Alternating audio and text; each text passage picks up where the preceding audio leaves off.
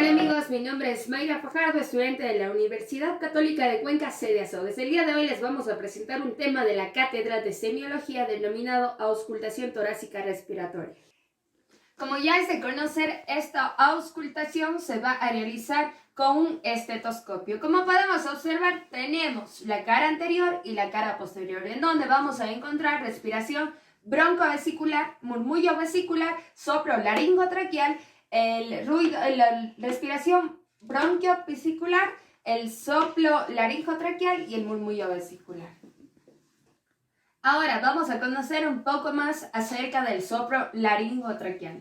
El soplo laringotraqueal, también conocido como la respiración brónquica o soplo glótico.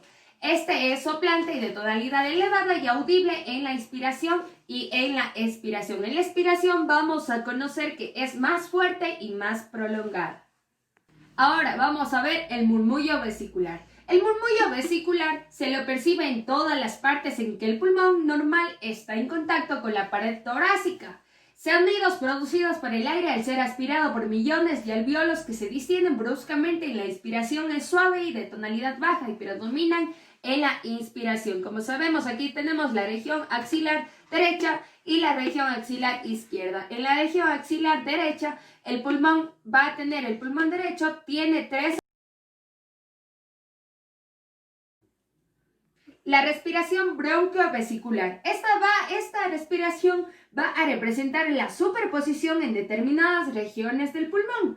Esta se va a encontrar en la zona de bifurcación de la tráquea y sobre los grandes bronquios cercanos a la pared. Su intensidad va a ser intermedia y su fase expiratoria más larga y más intensa. Ahora tenemos aquí nuestro paciente. Es necesario vamos aquí, yo he marcado con un marcador en nuestro paciente, pero es necesario mantener unas líneas imaginarias. Vamos a partir del proceso sifoideo, partimos a la izquierda y a la línea axilar derecha.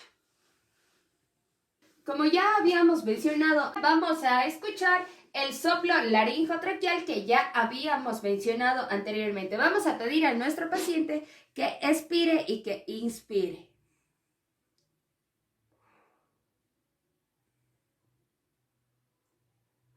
Allí sentimos y escuchamos lo que es el ruido glótico.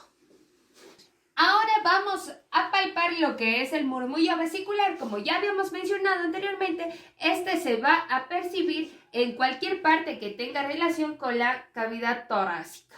Vamos a pedir a nuestro paciente que inspire y que aspire. Es sumamente baja, como ya habíamos mencionado, la respiración aquí se escucha sumamente baja. También vamos a escuchar lo que es el soplo laringotraqueal por la parte posterior. Ahora sí, inspira y